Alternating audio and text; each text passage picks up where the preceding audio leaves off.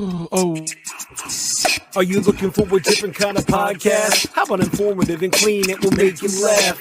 Scout and Trey, yeah, that's what we do. We got a little funny thing, keeping it true. Hey, we take your topics and all your ideas and bring in a guest and we answer them there. Then we make a freestyle rap and do it for you. Yeah, that's what we do. Yeah, that's what we do. Yep, flows to you, flows to you. This is what we do now. This is what we do. Say it flows to you, flows to you.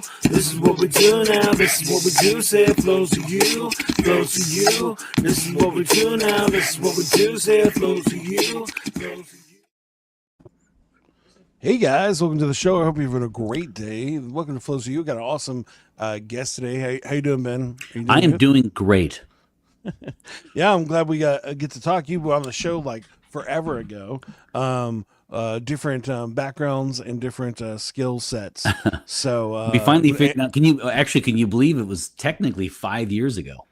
That's crazy, right? Actually, you're probably one of our first live episodes. It was, if I remember correctly. It was like, yeah, we just looked. It was August 2020 because I know it was during the heart of the pandemic. Yeah, and that's when we just started doing the live shows. Okay, because we were doing the podcast. We started that in March, and I think Trey started April or May, and then we had done it for a little bit, and then we were like, the pandemic happened, and everybody was like, "Hey, we're doing live stream stuff," and I was like, I think it's because my friend Jaime started doing the live stream. Yeah, I think he was the one. And I was like, "Oh, that technology is cool," and so I was like, "We should try that too." And then it worked out. It certainly did. So it's great to be back. Yeah, no, it's very cool to have you. I'm excited to talk about your channel, talk about teaching, talk about all that stuff.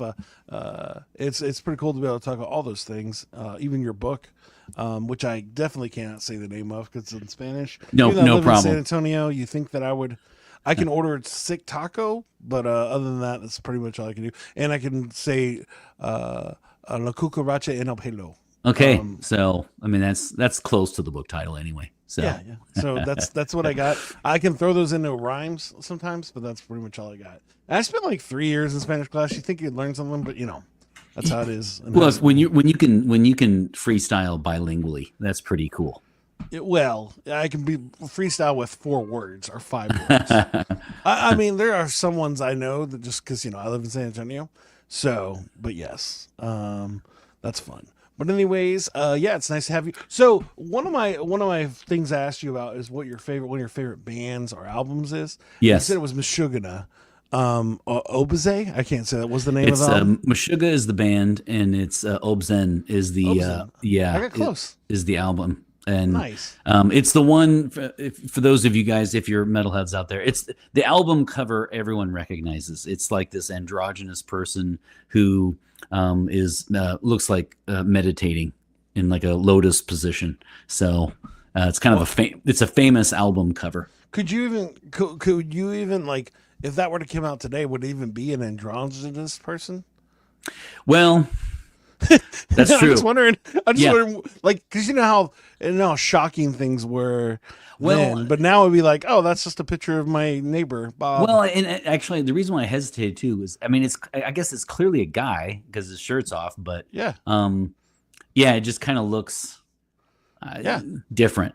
It's a memorable album cover, which is what you want.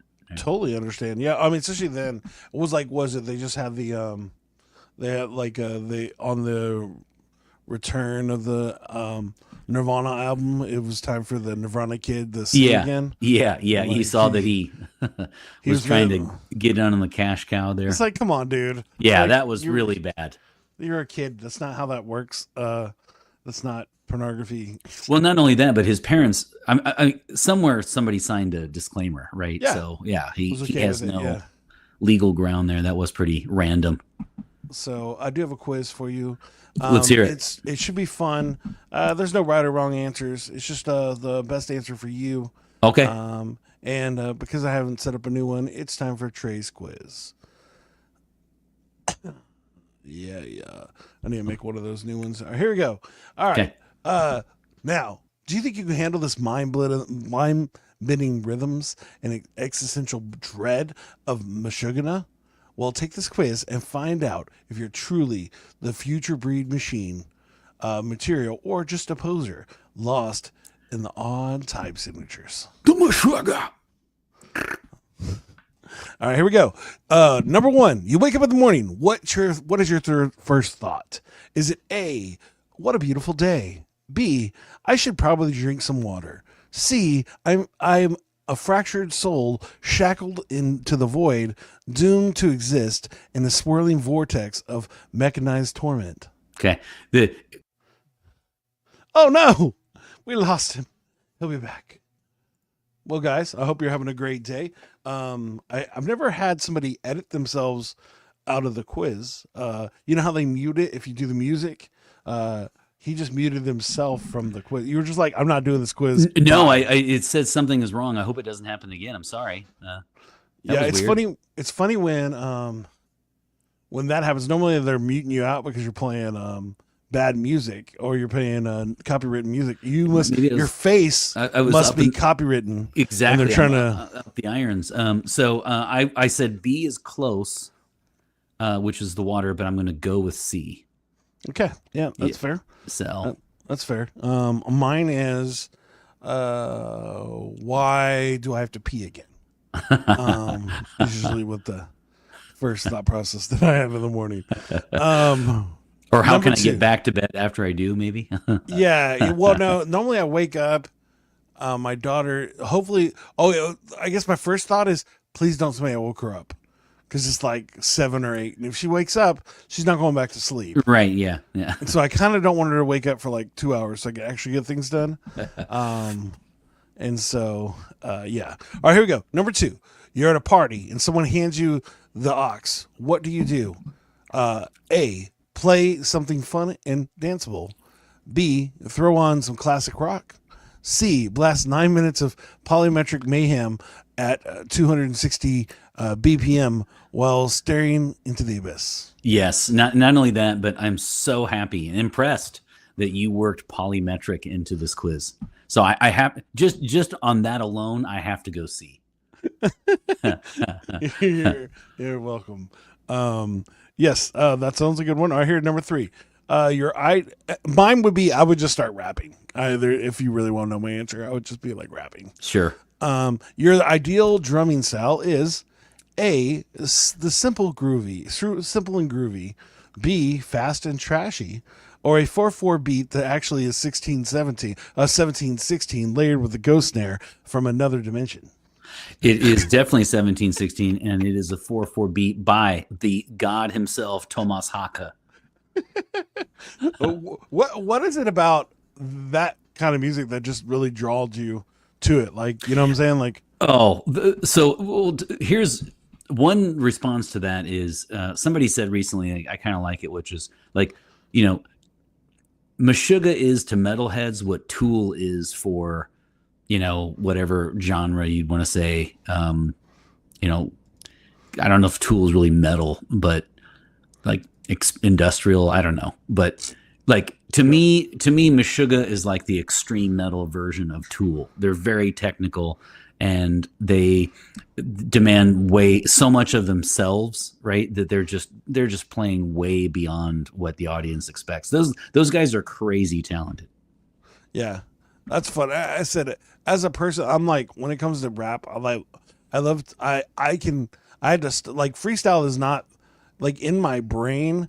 I'm a hip hop diva, right? Like everything has to be perfect. Okay. But then as a freestyler, I don't care, right? So it's like I'm two different rappers. When I'm writing down something, I'm very serious and very focused on the rhythms and things like that. But as a freestyle rapper, I'm just trying to make sure everything rhymes. And so it's a hilarious mixture of things when you like see me only do freestyles and then you actually listen to one of my songs, you're like, wait, that's not the same person. And it is. I just have two different ways of thinking. Well, that's cool. I like that.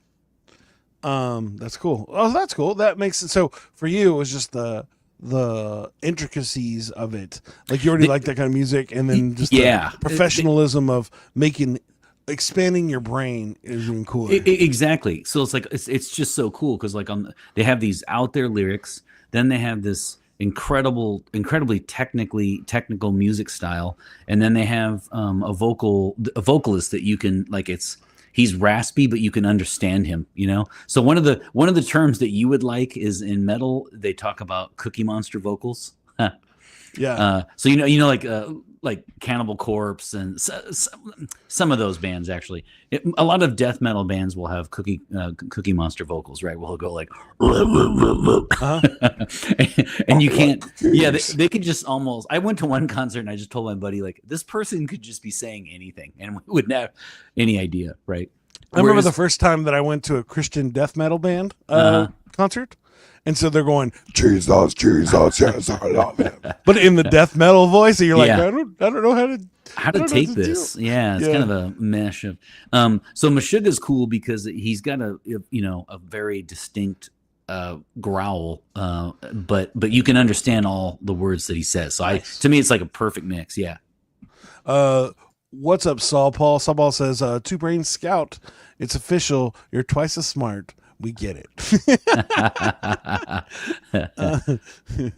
Yes, I guess I am smart. I don't know. I'm just a silly guy. But it's so fun to do that. And it's in music just in general. It's so cool to see, like my cousin, he's really been into metal, but what I think it's called neo metal, where it's like, but it's like women's. It's tons of. That's a lot of women singers. Oh, and so, but it's all like almost rap beats, but not rap beats, and then it's like all rock, and it's a lot. I remember going to the concert, going, I'm used to loud hip hop, but I'm not used to this. Okay, so you're like, so it's not like Nightwish where they kind of sound like opera like no, yeah, okay, like maybe Ginger, maybe or Butcher Babies. Butcher Babies, yes. Yeah, I bet you're talking about. I actually saw them. My cousin's son's band actually opened up for them, as random as that is. So I saw them in Iowa City. I saw them in Milwaukee too. They're very good. Yeah. So Paul says, I like shiny metal. Shiny metal. Okay, we have all. I mean, the beautiful thing about metal is all the sub-genres. Yeah, and metals in general. Yes. How many metals do you think you have, Saul Paul? Like in general, like put no to Butchery Babies. Yeah, I do admit that the name itself is kind of off-putting. That's about I'm also against Butchery Babies in general in real life. Well, it's Butcher Babies, but I get your it's still kind of close to. It's still close to the same situation. All right. It is. All right, here you go. On number 5, what is your go-to workout? Is it A, running or yoga, B, lifting weights, or C, headbanging in sync with Thomas Heike's double kick until your spine liquefies? Well, I would say all of the above is really the best. The best thing to do is to work out to Meshuggah, but if I can only choose one, I would say C. All right. That's great. So the answer, what it is, you answered mostly C's. You are Meshuggah. Your existence is never ending, a polyrhythmic nightmare, and you probably count in subdivisions nobody else understands. Yes. Welcome to the hive mind. Uh-huh. Now, I do have a bonus round for you. Would you like to? I would. I definitely want it. This one you'll love. Is it Meshuggah lyrics or AI generated gibberish? Okay. 2 of them are lyrics and 2 of them are made up. Okay. Here we go. Right. I apologize if I do not pull this off. I'm going to try. Okay. 1, the oscillating drones of the sunless sky gnaw at the flash-like mechanical teeth. Okay. 2, bleed the system dry, fuel the parasite, feast upon the ashes of the drone hive mind. 3, vanishing points collapse, a horizon that never was, an echoing chasm of the programmed despair. Or 4, pain in motion, spirals uncoiled, indefinite dissonance reigns supreme. Ooh, I was gonna say A and B, but actually D kind of sound. Can you read B again? Yes. Bleed the system dry, fuel the parasites, feast upon the ashes of the drone hive mind. You said hive mind earlier. I'm gonna go. My intuition says AD, but I'm gonna go with BD. I think it. I don't know. Let me Okay, do some because you stuff said here. two and two, right? You said two are from Meshuggah and two are AI. Yes. So, what were your answers again? Well, my little safety valve is I was gonna say A and D, but you said hive mind earlier in a different context. I'm gonna go with B and D. All right. B is AI generated gibberish. Okay. C is from Demurge, the song. I should have got that. And number D is from Clockworks. Yes. Okay, that one I knew. D I knew. C I should have got, but I said would I go with B instead? Yeah. Yeah, you overthought it. I did. Because I tricked you with the hive mind situation. I thought that was a clue, but that's all right. Was not a clue. It was mainly to fool you, throw me off. I like that. Making you think that you had it together. Okay. And you did not. I think most audience members know I do not have it together at all. But do you want to start with a podcast talk, or you want to? I'm sorry. You want to start with YouTube channel, or you want to start with teaching? Your choice. Let's go YouTube channel first. Okay, sounds good. All right. So when did you first start That Cologne Guy? So actually, I can't believe I'm saying this. It was actually a whopping 8 years ago because in 2017, well, even 16, my daughter originally wanted to start a YouTube channel.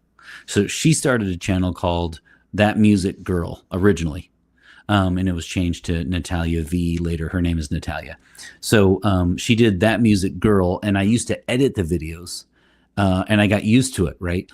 And so then she and I kind of wanted to have a project together. So I started That Cologne Guy as a way to offset That Music Girl, so we would record together, not in the same episode, but like on the same day. And then I got pretty good at editing clips, and it didn't take me that long to do. What was hard for me in the beginning, I don't know if this is relevant to the podcast, but what was really hard for me is, even though I'm a teacher, I had a lot of restarts. I wasn't a natural. I mean, if you watch my first like 30 or 40 episodes, they're not bad. There's nothing wrong, but that's only because you're not seeing what I edited out. I really had I really struggled with restarts because I know a lot of people use a script, and I know that, there's the one app where it goes down the screen and the words, and I don't like doing that. I really like to wing it. It works better for me. I run all scripts. I never wing it. Really? No. I did one episode. I don't think I even posted it. It's just not me. So yeah. It took me a while. It'd be hard to have a scripted freestyle rap. Like it'd be weird, right? Like the whole thing is well scripted. Yeah. No, the whole thing's well scripted, and then the song is just randomly freestyle. It's like, come on, you need to have the same feeling the whole way through. Oh, totally. So, anyways, but I feel you. Yeah, so that's what happened. The first 40 or 50 episodes, they're, like I said, they hold their own. They're fine. It's just that it took me a lot of editing and in the background there to get them up to par. Whereas right around the 50, so in 2017 I did like 2, and then in 18 subscribers are so nice when it comes to cologne. When you review colognes and perfumes, people, I just can't tell you how many people have sent me boxes of samples, right? That's so cool. They are so giving. I mean, it was just incredible, actually. It started with a guy named Wes up in Wisconsin, and he sent me in 2018 5, 6, 7, 8 samples, and that's the only thing I did that year. And then in 2019 was when I decided to go to my current format, which is one episode a week. That's cool. Yeah. Oh, we're gonna fast forward all the way to the 2023. Okay. That's when you did your final episode. What inspired you doing the final episode? Kind of like we talked about earlier. Here's the thing with reviewing colognes. If you get to a certain point where you are sponsored, and then in the review format, you really want to be sponsored, because once you are sponsored, they send you a free bottle. I mean, who wouldn't want some of these colognes, mind you, are $400 a bottle. Yeah. So if somebody sends you a $400 bottle, of cologne, you're going to be ecstatic. And they always say, in full transparency, the company told me to be objective, but I mean, let's be honest, right? If you were going to give a 3 out of 5 and it's $400 and they said keep the bottle, a lot of us would just bump it to 5. I mean, sure. I would admit that. So in my case, I'm not sponsored for 2 reasons. Number one is, I'm a small channel, and number 2 is I haven't actively, with one exception, actually, I haven't actively contacted them and asked to be sponsored, because I like the fact that my reviews are objective, and unbiased and independent. And so I got to a point where I rely heavily, like I said, on samples from subscribers. So I just kind of felt like I had reviewed, I had kind of taken the channel about as far as I could. And I knew I was going to be really, really, really busy in 23 and 24. And so, I decided to hang up my skates. And when I did, I didn't want to take a break. I just wanted to just walk away. And what I figured what would happen would be, after a month or so, I figured the subscribers in YouTube would go from, a plus sign to minus. I just thought people would just slowly drop out, and I kept my episodes up. But that's not what happened. I kept getting subscribers, and I kept getting people saying, you should consider coming back. And here's what I told myself, Jason. I just said, if after 1 year, I'm still in the plus category and people are still saying, you should consider coming back, I'm going to go ahead and do it, because I always enjoyed doing it. I loved reviewing them. I still do. That never went away. I just kind of felt like I had, taken it about as far as I could. But I took a break, unknowingly a break for 1 year. And that's when I cranked out, the final push on the book that we'll talk about. And then, I just, in fact, one of them is subscriber Brian. He'll probably check this out because I'll link the podcast to my episode this week. Yeah, he actually called me and said, you really should consider coming back after a year. And I just thought I'm going to do it. So in July of 24, I came back, and since then I've done my typical episode once a week. That's awesome. Yeah, I've considered it many a time on moving on past the show. Yeah, because you can only do so much, right? Like it's like I've never really made a lot of money on this podcast. This podcast has got me a lot of jobs. Oh, so other cool. people have been like, "Hey, you're still rapping? I'd love to book you." And I'm like, "Yeah, that'd be great." You know what I'm saying? And that was the reason why I started this show, is because I needed to get back into music. I had kind of focused on being married and kids. Sure. So I just kind of stopped doing music. And then I was like, I should try to do music again. And then what it did was get me more jobs and other stuff. Oh, good. And so that was cool. So, but there are times just like, how much time can I really put into something? Because you want something to be good, right? You don't want it to just be mediocre. Exactly. And or the feeling of kind of hit a plateau. The thing is, in cologne reviews, very few people now, the reviewers, will do a single fragrance review. So what I mean to say is like, like this week, I'm going to review this one cologne. Here it is right here, and talk about it. A lot of reviewers now won't do that every week. They'll do like, top 5, seductive perfumes or whatever, right? It'll be a theme. And it makes sense because people really like those, because obviously they might not watch your episode if they're not interested in that one fragrance. But it's just one of those things where people send them, and I enjoy wearing it throughout the week and then reviewing it. And then it's just been fun. It's a hobby, and I've enjoyed it, and I've had a good run with it. That's awesome. I think that's the part that's awesome, right? Like the idea that people wanted you to do it still. Well, and I put my episodes up Thursday. I mean, it's technically Friday, right, at midnight. And so I have a lot of subscribers from the Arabic world and in Europe, and so there it's anywhere from 6, 7 a.m. to noon, 1, 2, 3 p.m. already for them. And so, within minutes, I'll get people, chiming in and commenting and stuff. So that's been really fun, actually, to meet people all over the world. Probably my favorite part of reviewing would be that's my honorable mention, is meeting all the amazing people. And then the top one is just, I've done 254 episodes now, something like that. And most of those are single fragrance reviews. So I've been able to wear some of the best fragrances on the planet. So that's pretty cool. Yeah. And you didn't have to spend anything on the cheap. Exactly.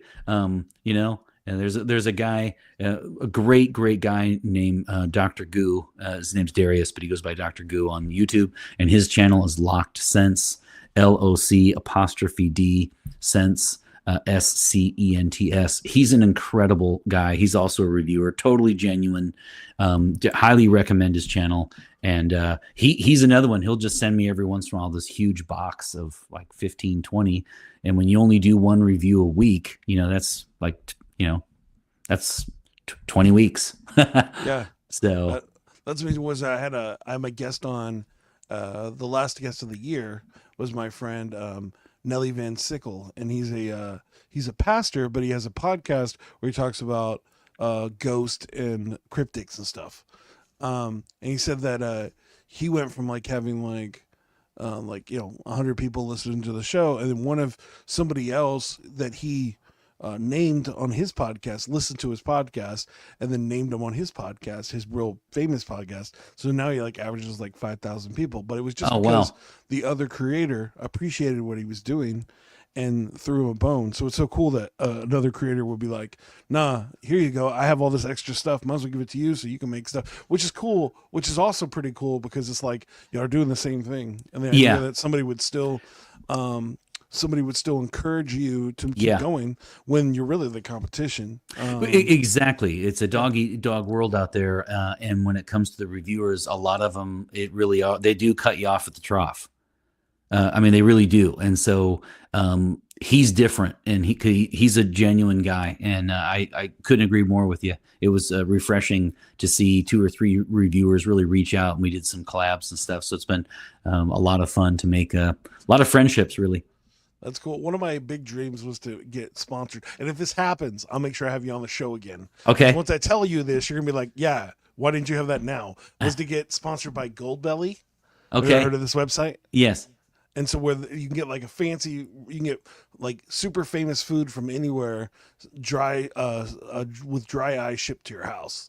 So you can get well, I hope, get me on the show if that happens. Yeah. And so the idea, I'd want to have a segment sponsored by them, and then me and the guest eat the same snack or the same meal. So we would have Franklin's barbecue brisket.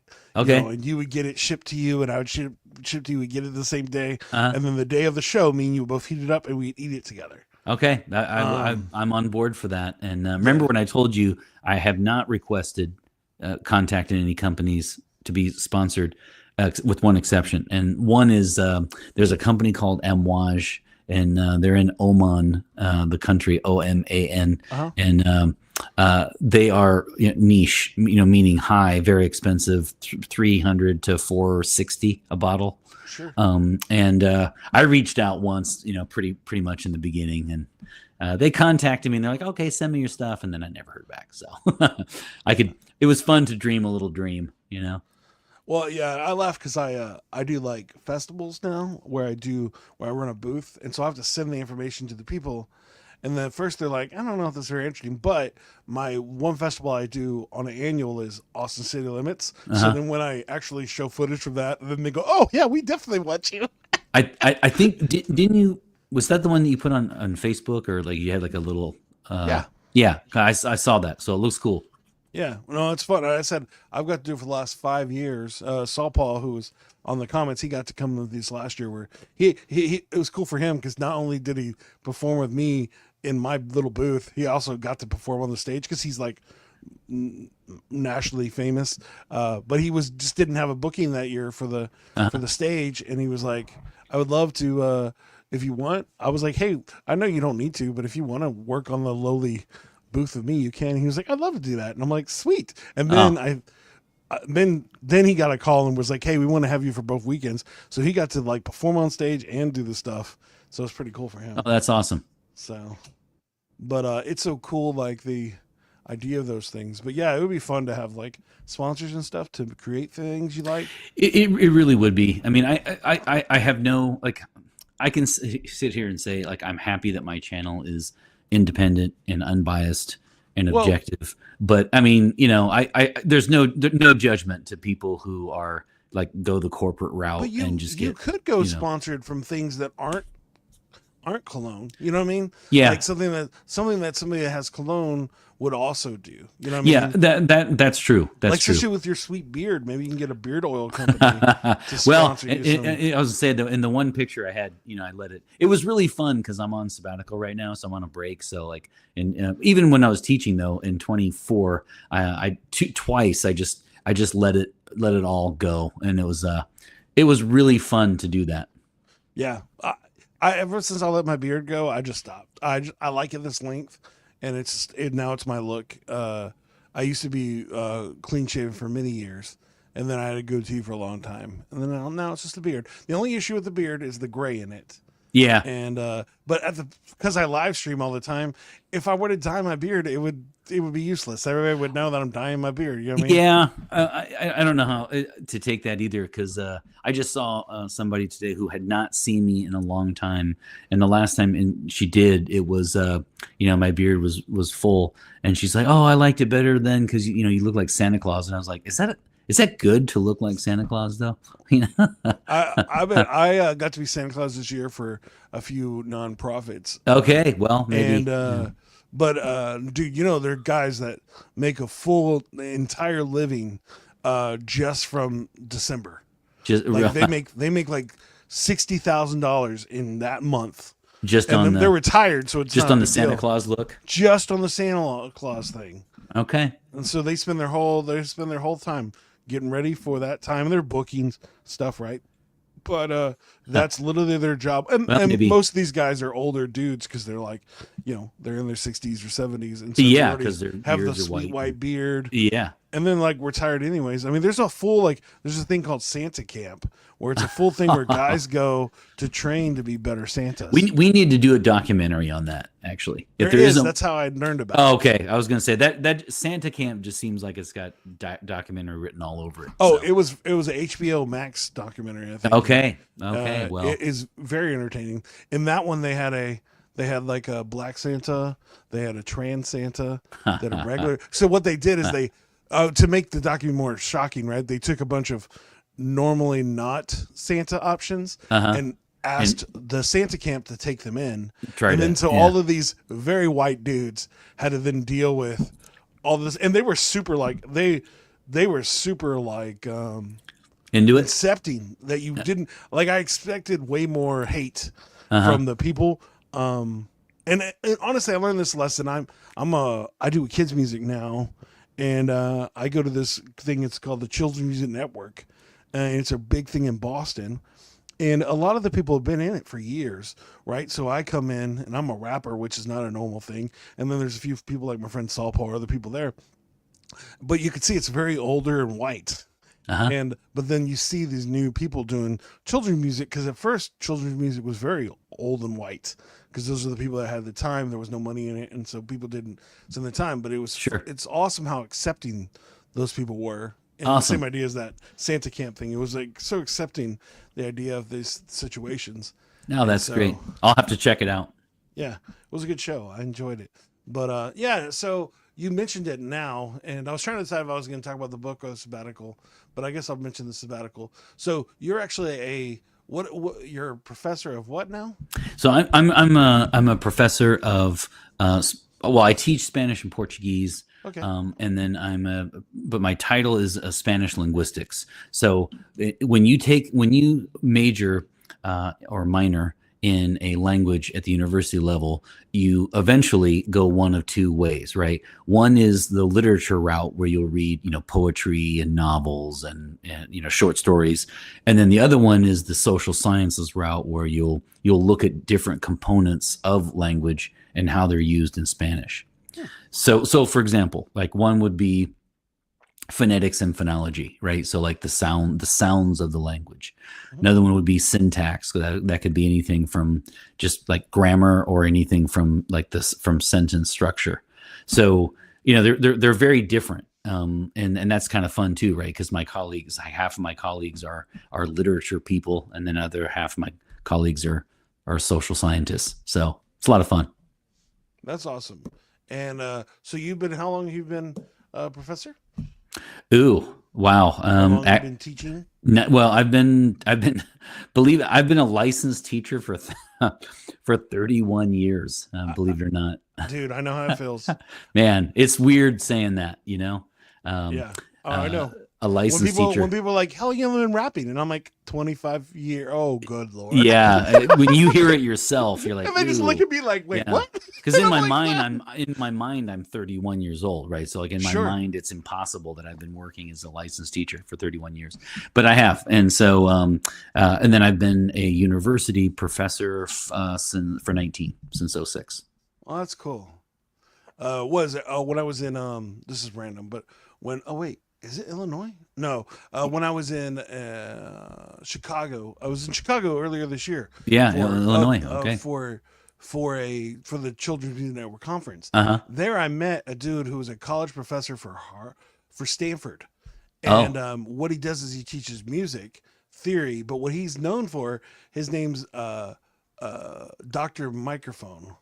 Okay. And what he does is he just makes up songs on the spot. He does like me, but then he does it with a full, like he's the band. Oh, so he man. shows the keyboard, does all the things, but he doesn't have any kind of college degree or anything. Sure. He just is the expert in the thing. And so now colleges let him teach there. Give him an honorary PhD, probably. Yeah. As well, crazy. He deserves it. So yeah.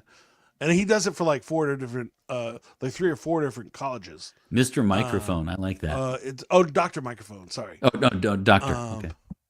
Because the funny part is he just did a album with another friend of mine who's the Microphone Doctors.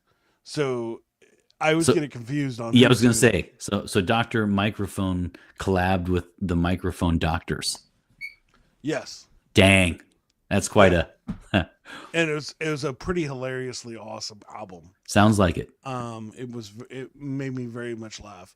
Because he's all about shock and awe. Because his whole bit is about the idea of doing it live. So a lot of his bits are, even in the album, are reactional, right? I see.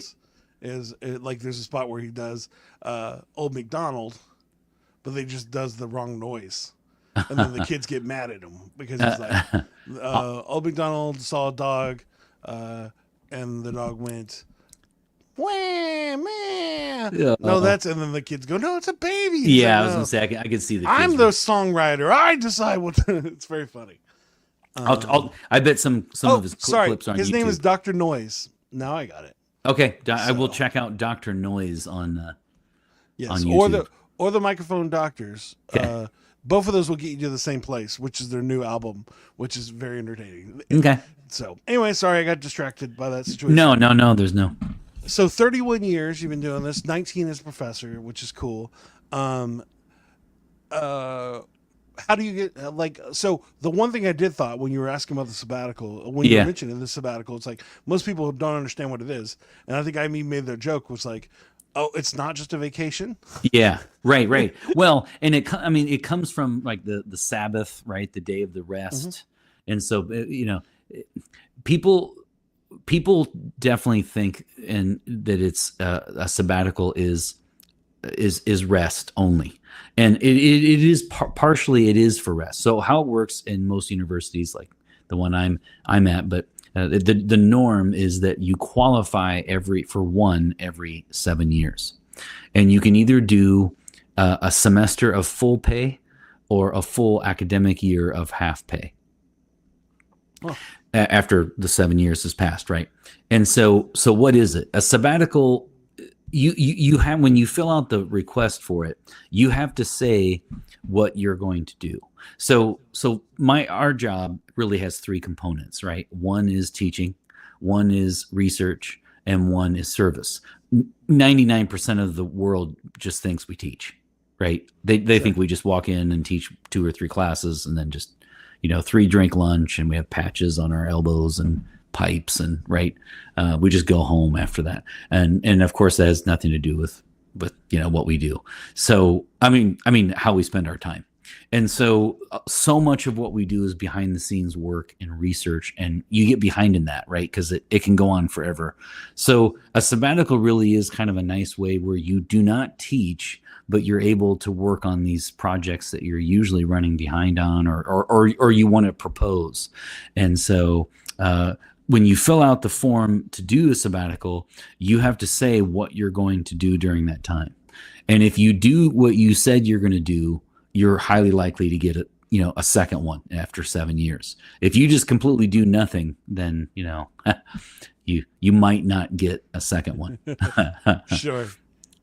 So yeah, you do get to rest, but like, for example, specifically last semester, so that would be really from some August to December, I was on sabbatical, and I did 2 international conferences on papers that I had been working on. One was very recent, and then the other paper I had in the works for a number of years, and I was just never able to present it at a conference and just finish it off. Yeah. So that's a clear example there of pretty much how I spent a lot of my time on the sabbatical. So main thing to know, a sabbatical is not just rest. It's rest and catch up on all these other things that you're behind on. Didn't do. Yeah. Yeah. That's cool. I didn't know that about sabbatical. Also, Sandy did not know that. She said, "Wow, had no idea." Yeah, I mean, especially like I said, the origin of the word, everything, sounds like you just go away and do. Like a lot of people, for example, a lot of my colleagues will go to like a library in Madrid, or they'll go and do. Sounds pretty cool. Yeah, I was going to say they'll do projects and stuff, and so it really is cool. Actually, on my end, I was able to present at conferences in Belgium and Thailand, and so I mean, you got to go there, and it wasn't like a COVID. It wasn't like a Zoom situation. No, I got to go, and yes, that's so cool. It really was. I loved both of them. Very obviously different experiences. But did you get waffles in Belgium though? I definitely got waffles in Bruges, Belgium, and I loved Belgium and I loved Thailand. Both of them, I had wonderful experiences. I'd love to go to Thailand too. I mean, I'd like to go to any of those places. Those are awesome. I cannot recommend Bangkok enough. It's just like the city that never sleeps. It was incredible, and it's so affordable. So you can just go do whatever you want to do. Yeah, it's funny. I've seen a few movies. There was a Nicolas Cage movie, right, with Bangkok in it. But they just had really good food. But most of the time, he's being chased by murderers, so it wasn't as It wasn't as fun as probably trip. my But the trip. food did look good. Yeah, I mean the food speaks for itself. Sandy says epic travels. It was, and I will say hi to Sandy because it's good to see her again. She said hi guys to us, but you were in the middle of a very good answer of a question, so I wasn't trying to give you a hard time about it. No, go ahead. That was the sabbatical comment that I wanted to make. That's cool. That's fun. I said I know some friends that went on sabbaticals, but I didn't understand. I don't think I truly understood that. I mean, it makes sense if you're getting paid. Like, it's not you're going to get a whole half a year vacation. If you're not doing and not only that, but I mean, let's be honest. When we're used to. When like I said, number one, people really believe that we just stand up in a classroom and teach. That's it, right? Number two is even if they kind of understand that you're doing research, if you, as soon as you start to talk about the kind of research you do, most people, because it's so ultra technical, it gets a little boring really fast. And so, could you imagine what kind of research that Ray Gun did? Oh yes, at least that was memorable. But no, because she's a breakdancing professor, ologist. So, exactly. Yeah, so she actually. So I imagine she had to do research, and they said mostly what she did was research. And so that's literally her job to do all those things, service research, and that stuff, and so teaching. Well, it's like you actually spent time, going to that. I mean, I've done that for years, and I didn't know her to pay me. But it's funny how that works. Sandy didn't like that I pulled up that reference. Yeah. Ray gun. Yeah. Sorry, I wasn't trying to bring her back. It was a good reference. I saw she retired actually recently. Yeah, from breakdancing. I wonder if she still is a professor. I don't imagine that would go very well. I imagine she'd be on sabbatical. I think she might be on forced emeritus faculty. Forced retirement. Because she'd get people on her. I mean, but at the same time, if you're a college, you would love to have her as your professor. People be in that class just to be in the class. Yeah, exactly. And so there would be money to be made. So, that's funny. Oh, that's cool. And so, as you said, a part of that research is doing stuff. Is that how the book happened? Well, so initially, actually, the book happened. The proposal for the book happened on my first sabbatical years ago. So 7 years ago. I was wondering if you went on a first sabbatical. I was wondering if you had to earn the one sabbatical, but it makes sense now. I did, and I focused on the proposal for the book at that time, and then it got accepted, and then I slowly worked on it, at a pretty steady pace, and then around 22 was when I really just said, okay, I'm ready just to go full force on this. So in 23 especially, but 22 also, I just put in, just an inordinate amount of hours, and just to get over the hump and get the book out. I was really determined to get it done. It came out technically in December of 23, but it's a 2024 publication. So I was happy. I was happy that I was able to get to the finish line. That's cool. It's fun to be able to have a book on your thing. It's funny to have you're like how I was talking about, right? How I have two different brains when it comes to rapping. It's like you have these two separate identities, professor and cologne dude. And then cologne dude / metalhead. Exactly. Totally not the two combos that you would expect. No, it's not. Not at all. And but hey, that's what makes us all unique, right? Yeah. Well, and this is a random thing that has nothing to do with anything, but Mr. Beast, he actually has his channel in tons of different languages. Oh, really? He actually pays for people to do it. Have you ever considered on actually just doing voiceover Spanish on your thing, so then you could actually redo all your channel, all your videos, but in Spanish, just so you can reach a different market? Well, it's funny you should say that, because I actually do my episodes in Spanish and Portuguese. Oh, okay. I do. The only thing about it is there are two things. I don't do every week. Sometimes I just don't have the time. And so here's what I do each week. Each week, a typical week would be, I have about a 20 to 30 minute episode on the full fragrance review, right? So it's just one of them. And I'll talk about, how long it lasts. I have all these categories, and I've worn it for at least a week already. And then so talk about it. And then I do what's called a bite-sized version. Some of my subscribers really, really like the ultra technical kind of geek out stuff where you talk about the name and the origin and the country, right? Some people love that, and some people are like, just tell me if you like it, So I do two versions. I do the long version, and then I do what I call a bite size. I just do it in one take.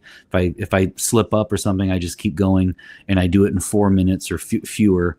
And I just kind of say spray. Yeah, this stuff's really great. I just try to keep it real direct and to the point.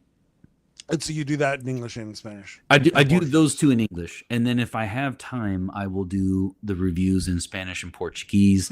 I will say I do get a number of comments from the Spanish channel. I haven't gotten a lot, quite honestly, from the Portuguese. So sometimes I might even just shoot it out in Spanish and just leave it. But the second thing I was going to say is I wonder sometimes on YouTube, when you have to mark the episode language, your channel is in English. And I wonder sometimes if you do it in a different language, but it's on an English channel, if maybe it's not getting out enough to, different people. But I still enjoy doing making a Spanish channel where you actually just do voiceover for everything. Yeah. For my own episodes, or just for your own episodes? Yeah. I know. I've thought about it, and I have a lot of. It's worth a one try, and then see if see where it goes. How many times I've seen my kids watch videos, and they're different, right? Spanish, a review thing is totally different than a Diana episode. Yeah. But they'll do it. They'll have an English person, they'll have Spanish, and they'll just redo it. And they have like 50 different channels. They're all their different languages, and then they get, they're getting 50 times the amount of views because they're reaching out to other people. And then like my kids, they like, for some reason my daughter loves watching things in Japanese. I don't know why. That's so cool. It's probably my fault for watching so much anime. Yeah, I figured it was anime. Yeah, my fault. But no, they'll be just random blippy in Japanese or something. So she's 4. So that's so cool. But and was it Sandy says you're pretty dang cool, Bench. I was like, how did Bench come as a word? But then I realized it's your first name and last name together, right? So I she has a very good memory because years ago there was this wonderful. It was a professor from a different department. I don't even know the department actually. I just know she wasn't in mine. She was teaching before me, right? So whenever I would walk into this class, a number of years ago. She would be erasing the board and we just started a conversation and seriously could not have been nicer. And it was, so we finally introduced ourselves. I'm so-and-so. And it's okay, fine. And I said, I'm Ben Schmeiser. So Ben Schmeiser. Yeah. Sounds like you said Bench. Yeah. Yeah. So she understood like Ben Schmeiser. And so first of all, to me, it's funny that somebody, cause I like Mr. Miser would already be kind of funny anyway, right? Yeah, of course. But so she started calling me Bench. So this is for those of you who are out there who like Curb Your Enthusiasm and Larry David and Seinfeld, right? These kind of awkward moments. I didn't say anything the first time because I thought, well, the semester's almost over. I probably won't see her again. But I kept seeing her. And I never corrected her after the first time. So then it was like awkward if I did. And so she just called me Bench for a long time. So yeah, Sandy says, that's my favorite story. I mean, I think, especially for those of you out there who love Larry David, I'm a huge Curb Your Enthusiasm fan. And it was one of those moments, seriously, where I just let it go because I was like, all right, well, I'll probably never see her again. And I saw her all the time. And then it became like, okay, at what point do I correct her and say I'm not Bench? That's funny. I'm Ben. I'm Benjamin. When I first started rapping, my rap name is Scout the Psalmist. And I actually had somebody announce me as Scalp the Psalmist. It's easy to do. I mean, very Butcher Babies. Very much so. And that'd be a different kind of music. Story, Scalp the Psalmist. I now try to say Ben Schmeiser. So nice. That's funny. Well, that's cool, man. And so the book, what is it called and what is it about? Las variedades del mundo hispano is what the title is. So in English and in Spanish, for that matter, it's one of those kind of like PC things. You guys know what like if someone says a dialect, you most of us can understand like Cockney, like London, sure. England, Alabama, Boston. So when we think of dialects, we think of the same language but different variations, usually regional, geographic, different countries, different regions of a country. So like in the US, if we had somebody from Boston, somebody from New York, somebody from the deep South, let's say Alabama again, Texas, perhaps California, we would be, if you had them say certain words and talk, we would be able to know where they're from. So instead of saying dialect, because some people feel like that's kind of has a negative connotation, they change it to varieties. So in our field, we usually avoid the word dialect. Now, when you're talking like in a podcast like this, it's totally fine to say dialect, but usually we'll say varieties of English. Same thing in Spanish. Dialecto it exists. The problem with dialecto in Spanish is that it can mean what I just said, like, Boston versus Alabama, or it can also mean sometimes native speakers, especially like, for example, my Spanish is from Guatemala. If somebody is speaking like Mayan, like Quiche, one of the Mayan languages, you can hear somebody on the street say, "Oh, they're están hablando en dialecto." Like those guys are speaking in dialect, but it's not a dialect, is it? It's not a dialect of Spanish. It's Mayan. It's completely different. So to avoid confusion with that word, we usually use variedad, just like we do in English, variety. So las variedades del mundo hispano would be the dialects or varieties of the Spanish-speaking world. Wow. So, like if I wrote a book about, London and Boston and Scotland, and India and Toronto, people would get into that, right? If somebody says the famous Gopaki Ka and Harvard Yard, and they'd say, okay, oh, that's typical Boston, right? Or how y'all doing? Okay, it's somebody's from the South, U.S. The same thing applies in Spanish, right? I mean, there are different ways of speaking that will give people away. And so what's cool about, the studying it and the goal behind the book is that students, when they take classes, they'll be able to leave a class and say, in Spanish, of course, like about the Spanish speaking world, but they would do something like, oh, that person's from Boston or that person's from Alabama. Only we would say, that person is from Madrid, Spain, and that person's from Mexico City. Oh, that's cool. That's pretty awesome. And so yeah, you would like it because a lot of the homework is I'll just put up YouTube clips, in class and say, and then I'll sometimes I'll hide this. I'll not hide, what we would say. I'll mute the screen, but play the audio, and I'll say, where's this person from and why? Yeah. Well, that's I said that is really fun to me because that's how hip hop works, right? Yeah, that's why I said that. Yeah, if you listen to like hip hop, like a lot of people, a lot of the time will hear me talk and be like, "Wait, you're from Texas?" I don't understand. Well, the reason that is because I loved East Coast hip hop so much. I listen to that all the time, so that directed some of my talk, right? Like I still say y'all and that kind of things, but I have less of a drawl because you just don't draw when you're rapping like from New York. Exactly. And a lot of students, especially in the Midwest where I'm in Illinois. So a lot of our students are either of Mexican ancestry, descent, or they speak something close to Mexican Spanish, right? So it's important for them to hear Puerto Ricans. It's important for them to hear Argentines, and it's important for them to hear Spaniards. So it's a lot of fun. That's cool. Did you enjoy how the book turned out and then the response to it? Is it more of is it a teaching book? Like, is it something that it a is. Teacher would use? It is more, but that's a great way of phrasing the question, because it is, I did a ton of research. At the end of each chapter, it's got a whole bunch of, previous studies and everything, but it is more of a teaching tool. Yep.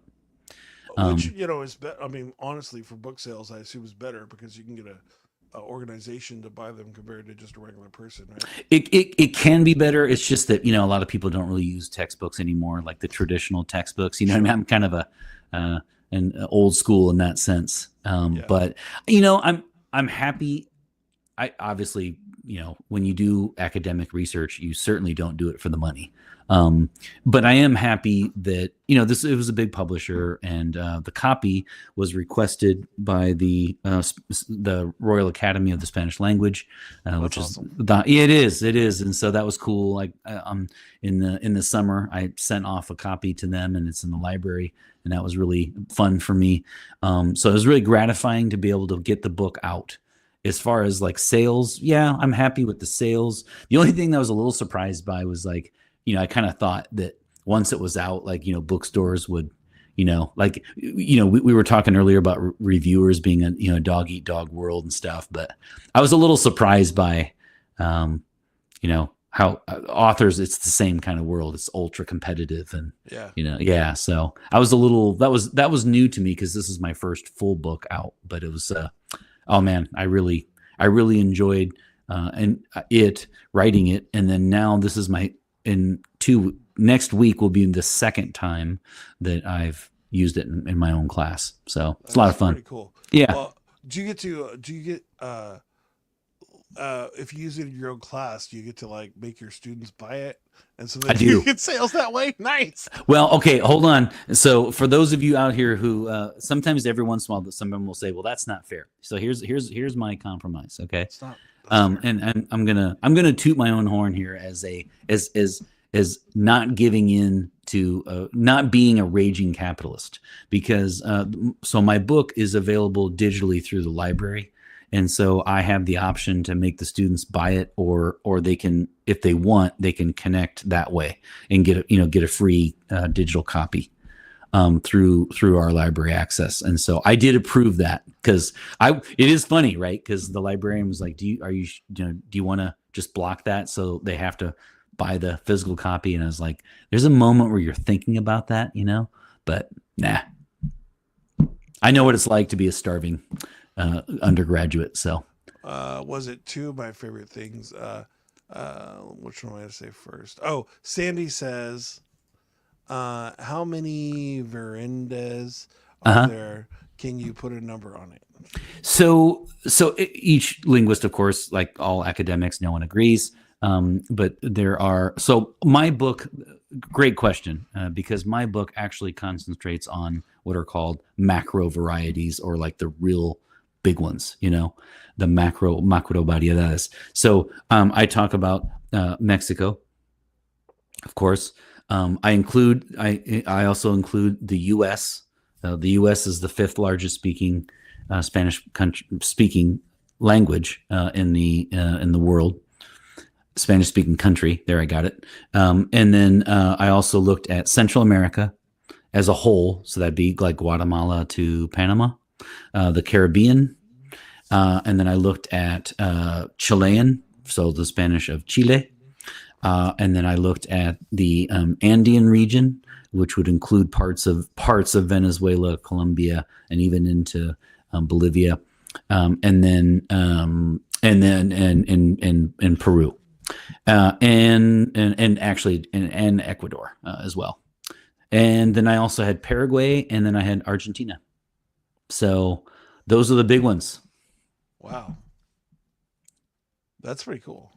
It is. And so, like I said, the goal is, that if somebody, in theory, if I put a YouTube clip on from, somebody from, like, let me give you an example. So if you talk to Messi, the soccer player, and we all know that Ronaldo is the best, and we've all accepted that. So Messi is the second best soccer player on the planet. He's from Argentina, right? When you meet somebody from Argentina, it's like you've taken, you said 3 years of Spanish? Yes. So like if you heard "Cómo te llamas," you wouldn't necessarily know where somebody's from. You would just think, well, that's what I hear, right? But if they were from Argentina, they would say "Cómo te llamas," because the double L is like an SH for them.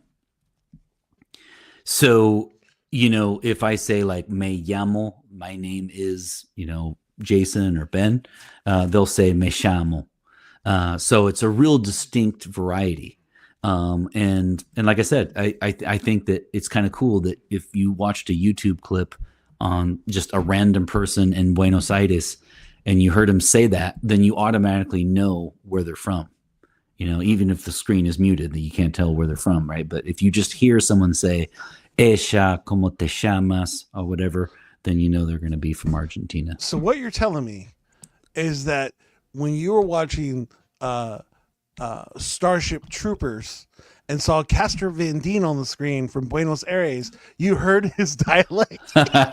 If it was true Buenos Aires dialect, yes. It was definitely not. It was definitely English. I think it was. Sorry, it just made me laugh. Yeah. I don't think, something tells me it wasn't, but well, I always laugh because they're from Buenos Aires, but they're like three white people. Like they all go to the high school that's all white people, and then it's like them three. And so yeah, it probably wasn't. Because like I said, most of us in the U.S. are used to, like Denise Richards is not. Oh, okay, all right, there we go. Not from Buenos Aires. Definitely not. Yeah. Yeah. So that's it. Yeah, that's the book. Came out technically, like I said, it was December of 23, but it's a 24 copyright, and this will be the second time I use it in class, but I'm going to transition most of my classes to it. That's the plan anyway. And That's awesome.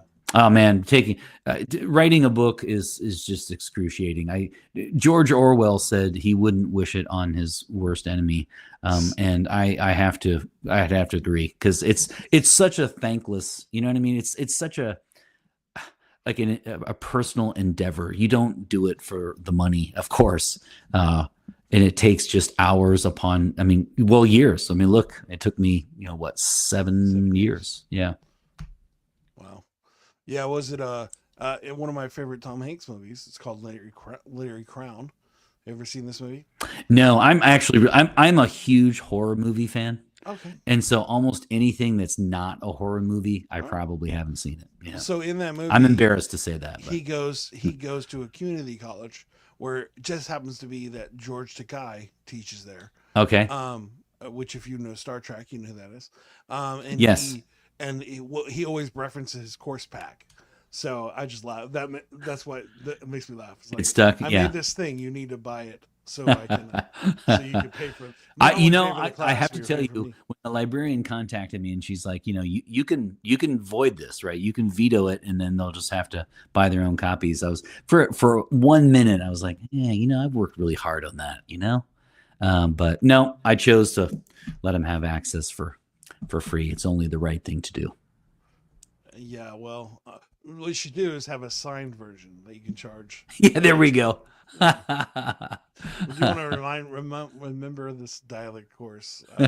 Here's a signature. I like that. Maybe I'll add that in my syllabi. I'll say, like, at the very end, I'll put, that would not float. Actually, I could not accept any money, but I like the idea.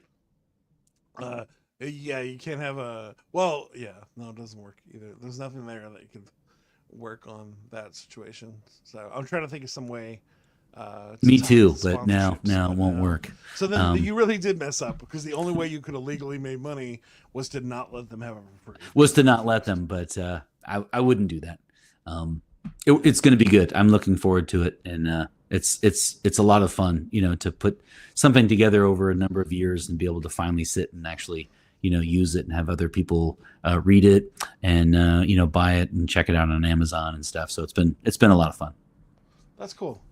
That is an amazing thing. It's so cool to it's so funny, all the things we talked about today, the idea of your channel, your book, your sabbatical, and how you now we got metal in. How many? We got Meshuggah. You got. I know you weren't expecting that much Meshuggah in this episode, so I wasn't. And in fact, I thought the quiz was going to be like, where are they from and stuff like that. So no, instead you got fun references. Yes. Now I would be lying if I didn't tell you that I did get AI help for that. Well, I'm not that smooth. Yeah. I've learned that lesson. I tried once to do the quiz by just trying to do all the reference work, but it's so much to try to go to every song lyric. Yeah. Thing and that would take forever. But I've learned to make it work. For all the viewers and listeners out there, do yourself a favor, put on some headphones and at the very low volume, okay, listen to Bleed by Meshuggah, and you will thank me. And in fact, you're welcome in advance. Wow. It is aural, AURAL bliss. Okay. If you like heavy metal. Let me do some quick research. Let me see if it's possible. Okay. Let me check something. And like I told you, I'm happy that AI busted out polymetric. I'm totally good on that. Yeah, no, I was laughing at that. I was like, that's good stuff. And I try to edit it where it's funny, but I really didn't have to do much in this one. I love watching Tomas Haka's drum cams on, like, where they put the camera right on, above him, and he's just going on. It's incredible how much sound that man can generate, actually. Yeah, I mean, real drummers are like an insane thing to watch. Oh. Like I said, I have literally have a friend who's a beatboxer, and so it's funny to watch them, but then to watch an actual drummer do their thing. What was it? I always like watching those things on YouTube where it's like a famous drummer listens to a song without drums and then adds drums to it. Oh, have you seen this? No, but I'd like that because I just have so much admiration for what they do. I wonder if he's done that. I wouldn't be shocked if he doesn't have a channel, if he doesn't do that or some variation of that. You know, the thing about Meshuggah is like they're one of the like they just do this incredible music. So one genre, of course, they don't necessarily like this term, but it's called gent. So it's like D. I don't think it's a J. I think it's a G actually. Yeah, it's like DGENT. And gent music is like it started because it was like dun dun dun dun dun. So it's a certain subgenre of metal, and those guys just demand so much of themselves. And they're so humble. I could actually see them not doing stuff like that, just because they're probably like, oh, I won't meet my own standards. That's what's so fun about seeing them live, because when you see their set list, their live shows on YouTube, it's just it's ridiculously awesome. I need to get off this subject. In fact, while you're doing that, I just want to show off my gift here from Christmas because I actually fall asleep to Forensic Files. This is for Sandy particularly because I know she's the true crime. And I actually got, as random as this is, it says I fall asleep to Forensic Files, and it's got my name on it. So there you go. That's a shout out to the true crime buffs out there. All right, so I have a question for you. Yes. Should I use my normal music, or which might get this muted, or should I use somebody else's Meshuggah type beat that they made and me sing a song on that? Let's do that. I think it's worth it even if it gets muted. Yeah. Because it'll be fun for me and because this is going to be weird to rap to. It's going to be a challenge. Yeah, let's go with that. So yeah, that's going to be weird, but I can pull it off, I think. Okay. And I don't mind because, again, there are wins and there are losses in this. So, let's see. It looks like Sandy also agrees. Yes. Yeah. And shout out. Yes, I knew it. I knew she would appreciate. In fact, she on her channel, she and I did an episode. She invited me on, and we talked about like I think it was Sandy was it our top 10 or top 5, but it was our top list of Forensic File episodes, and that was a lot of fun. Sandy, Jaime, and Joe are always a lot of fun, and so is this, man. This has been great to be on again a second time. Yeah, honestly, it's fun to have you and do it. And I said, yeah, they're great. It's a bummer they don't do the show anymore or much anymore. Sure, yeah, it's tough to keep it going, but wow, we have lots of people, so everybody wants to see me do this. So okay, we'll see. All right. Also, if I have time, if you'd like, throw in some words in the screen, and I will try to use them in the rap. Is there anything that you'd like me to? You don't have to. Is there anything that you'd like me to add into the song that we talked about that you just want me to remember to talk about, or anything like that? So. I think I want you to work in sabbatical, just because it rhyme. It could produce some cool rhymes. All right. So I just say this. This instrumental was made by Matt Browning. Check him out on YouTube under, it looks like Matt Makes Metal, and he did a Meshuggah type and Paracipe type beat, whoever that is. It's called Token, and he produced it. Matt Browning, good job. I'm going to try to rap to it, buddy. And so let's do it. And I would also, I want to hear the word dialect somehow. Can you hear that? Can you hear that? Yes. All right, cool. Let me get ready. Oh, this is gonna be weird. All right. Should I headbang while you're doing this? I don't know. You can do whatever you want, man. Okay. All right. Oh, once it starts.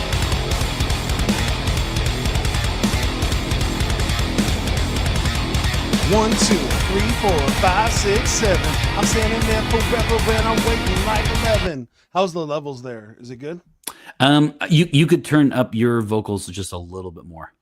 All right, give me a second. Oh, wrong one.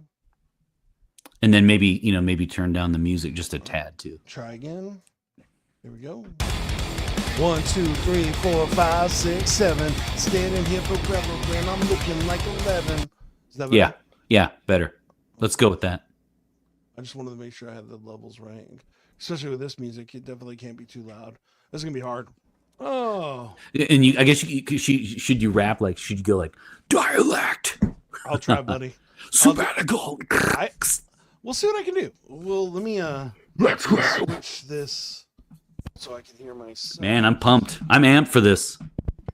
1, 2, 1, 2. All right, cool. That will help me a lot. And here we go. Apologize anybody that's came in for the rap stuff. I am doing something different today. So Yes. Here we go. How's that? Is that good levels or is it not loud enough now? Maybe a tad louder. Now? All right.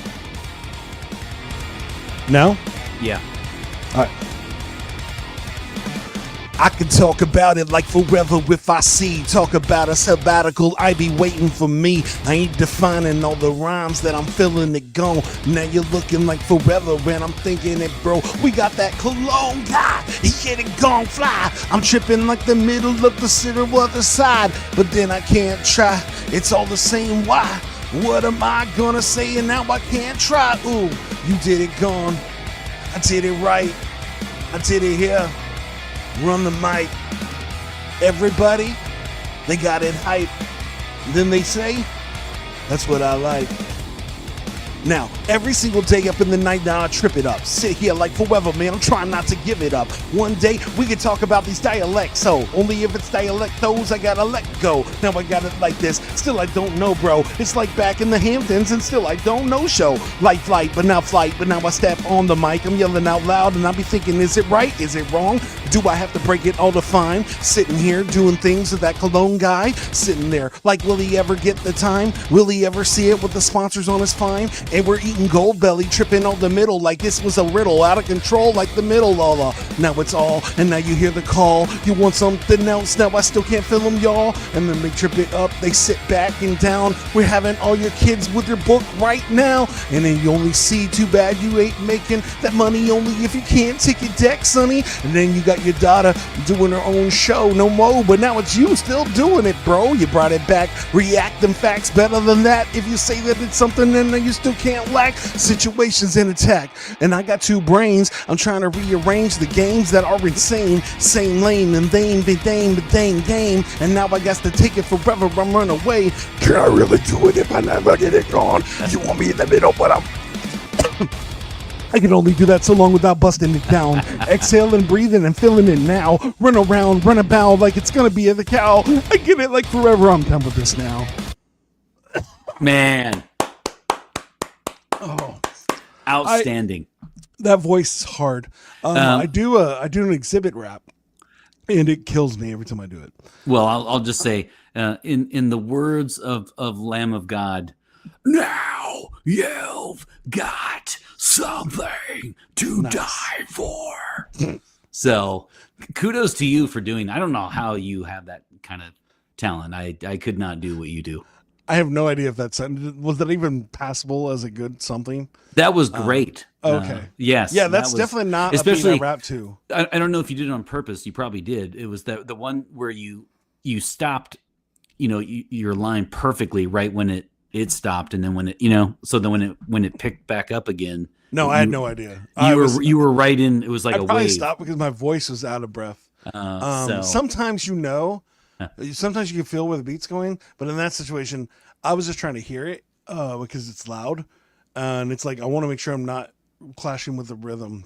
Yeah, but yeah, it was fun. I've never done that. That's a new thing, and yeah. Kudos to you. Five out of 5 sprays in my That Cologne Guy rating system. That's a 5 out of 5.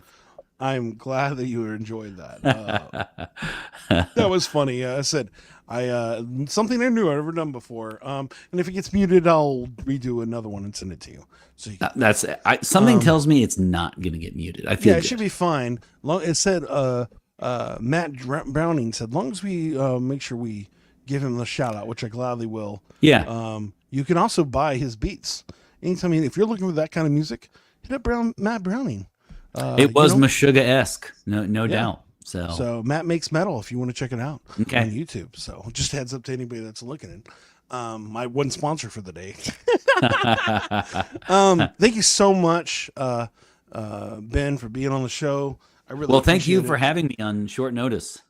Yeah, no stress. As I said, I want to make sure that I'm doing the show this year, and so it's nice to start it off because I took like 2 weeks off, 3 weeks off, so it's nice to like to chill, to like start working on it again, and so it's fun. Thank you again for spending time. You're welcome. Hey, I hope that now you can't really do a sequel to this book, right? Like you can't I guess you do more information.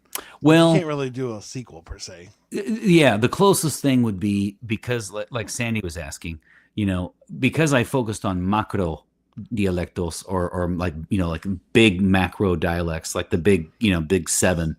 I guess the second thing to do would be to go like country by country and really, break it down into real specific ones. But I mean, for a number of reasons, I didn't want to do that for the first book. So, I mean, that would be the natural progression. Yeah. And I can tell you now in full disclosure, I will not be the person doing that. That's just not a thing you'll do. No, it took a lot. I mean, the book took a lot out of me. I'm man enough to say that. So there probably won't be that second one. But hey, I never thought I'd write the first one. So who knows? Yeah. Well, that's pretty awesome, man. And I'm just glad to see you're still doing That Cologne Guy. I'm glad it's something that makes you happy. Yeah. So, it's like you said earlier, it's a hobby, right? It's gratifying. Yeah. Be able to make this. The only thing I get worried about is like if I do blow up, then there's like all these episodes of the times where I just didn't know what I was talking about. I was like, somebody just grab it out. It was like the Shane Gillis situation, right? Do you know what I'm talking about? Where he does that, he gets hired at SNL and then gets totally canceled for something he said, so many years ago, and now he's like one of the most famous people in the world. Yeah. So it probably won't happen for me. Let's see. I don't imagine she wants to be part of the show. I don't imagine a cologne review going viral too much, unless you start your hair on fire or something. Well, yeah. Well, the cologne reviews that go viral are either really, really, really, really hateful, attractive people, or people who are sponsored, right? Because Yeah. they do giveaways. So. Yeah, no, I was talking to one of my friends, and he was like, I don't understand why, or he was like, how do I have different things? And I'm like, well, in general, if you have a girl on your show, it's just going to do better than if I show up as your co-host. Yeah, I mean, there was like an Australian woman who she would just go like spray, and she would go like, I would totally date a guy who wore this and had like 8 billion views, right? Yeah, and then I'll deconstruct like every meaning behind every note in one, and I think it has like 27 views or something. Yeah, so. I always tell them, I'm just like, when you're an attractive girl, life is. I'm trying to get my sister into streaming, and for that purpose, because nobody wants to watch me play video games, but they would definitely watch her. I would even say just an attractive person, because like another guy is Jeremy Fragrance. He was a German model, and I say was just because I think now he just exclusively does cologne stuff. But he's like he was a model before, and that helps. It definitely helps. Yeah. No, I mean maybe if I did a Santa podcast. I imagine there's already dope Santa podcast. I've never looked into the realm, but I bet you now that there's some sick Santa podcasts. You should have a Santa on your show. Oh, I've never considered that, but what I'm going to do is I'm going to research Santa podcast. Yeah, and I'm going to see the guy that's not doing as great as the other guys, and I'm going to get that guy on the show. Yeah, no, I'll ask the other guys. That's what you definitely need to do. Was it one of my favorite guests I got, which was hilarious. So a few years ago, I forget. No, you don't. You like horror movies, so like I'm a big Star Wars fan, right? So they had this thing, the Galactic Star Cruiser. Did you hear about this? Where it was like a $4,000 hotel that you stayed in for 3 days. Yeah. And so I literally went on TikTok and everywhere I could find just to find somebody that had gone, right? And so I was like, I'm going to have somebody that went to that thing on the podcast. I refuse. And it took lots of emails to get it. And the hilarious part is that the person that I got runs a very successful horror YouTube channel Oh, and he does tons of horror stuff. He really? just happened to take his dad for his retirement to the Oh, that's Star Trek cool. thing, Star Wars Galactic Star Cruiser. So I got to talking about that. But then he has like a YouTube channel where he does like horror wrestlers. And Uh-huh. he does like a wrestling show with the using WW2K.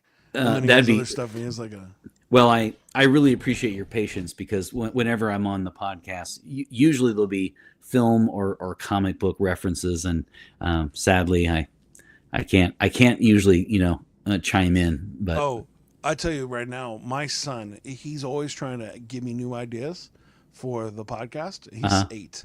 And right now his thing is he's not very good at motivational speaking, but I was like, son, I'm really thinking of just canceling stop doing the podcast. What do you think about that? And he goes, you should. You should definitely stop doing that. You should stop. You should quit the podcast so you can focus on horror movie reviews. cool. And now here's the issue with this is that I am definitely afraid of horror movies. So like what happens is I become emotionally attached to the characters. Uh-huh. So literally for a few years there, my best friend would take me to horror movies for my birthday just because he loved my reactions Yeah, to the movies. yeah. And and at this point I wasn't eating well, so he would take me out to eat and do the movie. So it was worth the sacrifice for me. Hang out with my best friend and get a full meal. Yeah, it's worth it. And so And then she would watch. what? You said he or she would watch you. Yeah, watch the he movie. would watch me watch He the movie would watch. Okay. and be entertained. And there were a few times, and it was just like, and so my son thinks that this would be which he's probably right. Truthfully, if I did horror video game and movie reviews, it'd probably be fun to watch because of the way I respond to it would be real and not just a fake guy responding to it. Like I just, Sure. yeah. And he really is determined for me to do this. And maybe I might want to do it because sometimes, like a good example is you see this background. Yeah. The background of my son designed that. Cool. Yeah, we were talking before. I think that's wonderful because I have a sign that I just put up in the back, and I definitely need to get more, high tech, and I need to get more of a decor and things like that. I'm pretty bad at that. So no. He's You doing see great. the pictures in the background of the video. I thought you were talking about. No, Okay, no, I see. I'm talking about the Yeah, no, I got you. I'm digital, sorry, I the misunderstood. The pink Yeah. and purple. No, Uh-huh. I made that, which is less impressive that a 40-year-old made that compared to 8-year-old. But the that is the cool. color schemes and the Okay. city, because my son's all about New York and all that stuff and skyscrapers. So he was like, "You need a new banner, a YouTube banner." And so this is the YouTube banner that we created. And it has the Burj Khalifa in it. Yeah, I see. Okay, that's And, so cool. But yeah, this is all his designs. And so Awesome. honestly, he gives me some of the best ideas and I just take them and move forward. Go with it. I'm like, well, you want to spend time with dad doing the thing that he likes to do? Let's go. If you do horror film reviews, let me know. Definitely. Sure. I'll let Boston know that I have somebody who also would be a fan of that situation. Okay. So, but thank you so much for spending time on it. You is are there any welcome. places that you want to send people before we go? Where they want to look for the book or where they want to look for the. Would it be links or you just say it? Just right? say it out loud. Yeah. So if you go to on YouTube, check me out at That Cologne Guy. That would be great. And that is every week I have reviews and I have top fives. I have just a number of things all related to fragrance. So it's usually men's colognes, but it could be women's perfumes, whatever works, all things to do with fragrance. And that's That Cologne Guy on YouTube. And then if you go to Amazon, you can see actually they can't see my full name, right? No. So my last name is Schmeiser, Schmeiser. So if you go to Amazon and put in Benjamin Schmeiser, it'll take you right to the book, which is a sky blue cover, which is Las Variedades del Mundo Hispano. And if you speak Spanish, check it out. And I really appreciate your time and the promo. Thank you. No problem. I said it's fun to send people to things. If you want, you can always go to the YouTube video and just throw those links in the comments, and I'll throw them in the bio. Yeah, I'll send you to another thing too. If you don't want to get the book, or if you don't speak Spanish, check out the website that accompanies it, which is las variedades del mundo hispano.com or .com. I'll just send you the link, and you can put that in there. It's the accompanying website, to the book. It's free, and there's no passwords or anything, so it's got a bunch of stuff people can check out. Was it? Yeah. So I'll release the actual audio version of this in a few days. Okay. And so if you send me all those links, I'll throw them in the Spotify thing so people can search them. And then again, if they are listening to this podcast audibly, it does say your full name, so they would know. Okay. All right. Thank you for letting me know that. And again, I appreciate it. No, thank you so much. I hope you had fun. I had a blast. We got to talk about some cool stuff. I hope that was one of the hardest freestyles I've done in a long time. That was an amazing freestyle, and we defined. Everyone now knows what a sabbatical is and isn't. Yeah. And we had so much fun. Actually, we didn't even get to. Remember, I floated out the notion of talking about the fact that they don't speak Spanish in Brazil, so we didn't even get to all the topics. So that would have been great. Which is hilarious if you've ever watched. Fast and Furious movies, because somebody didn't tell them that. Yeah, and also when Brazil had the World Cup, right? The U.S. channels, before they went to break, they would put football. They would put like the Spanish word for soccer. Yeah. And so we all wrote in and said, it would probably be helpful if you actually put the Portuguese word in for soccer, because it's in Brazil and they don't speak Spanish. But anyway, that's funny. There you go. Oh, hey, by the way, if you're looking for a new website, make sure you go check out nomadweb.design. They have amazing websites. They did ours at flows, 4u.com, flowsforyou.com. Please check it out. If you want us on the show, if you want to come on the show, please send me an email either there or just send me a message on YouTube or Facebook or Twitch, wherever you're watching it at. We would love to have you on the show. I'm looking to book somebody every Tuesday for the whole year. So I don't care if you're fancy. I don't care if you're not fancy. If you're willing to have fun and let me rap about you, I want you on the show. And so thank you so much for Benjamin, or That Cologne Guy, for being here on the show and talking about all the cool things that he does. And thank you, all you awesome people that are listening, Sandy and Saul Paul, and even only Zeus 13, who's trying to get me to use his editing skills. All those people, thank you so much for saying stuff in the comments. Again, if you want to see the show live, check us out every Tuesday at 8 p.m. CST on YouTube, on Twitch, and on Facebook. Just search Flows for You, and you will find it in all those places. And I would love to have you on to actually say something as we're doing the show, and I will do that. It will be fun. So there you go. Thank you so much, everybody. This is an extra-sized episode. And that was fun. So thank you again, guys. Flows for you, flows for you. This is what we do now. This is what we do. Stay on, Ben. I'll talk to you right when we end, okay? All right. So stay here. Bye, guys. Are you looking for a different kind of podcast? How about informative and clean? It will make you laugh. Scout and Trey, yeah, that's what we do. We got a little funny thing, keeping it true. Hey, we take your topics and all your ideas and bring in a guest and we answer them there. Then we make a freestyle rap and do it for you. Yeah, that's what we do. Yeah, that's what we do. Yep, flows for you, flows for you. This is what we do now. This is what we do. Say it flows for you, flows for you. This is what we do now. This is what we do. Say it flows for you, flows for you. This is what we do now. This is what we do. Say it flows for you, flows for you.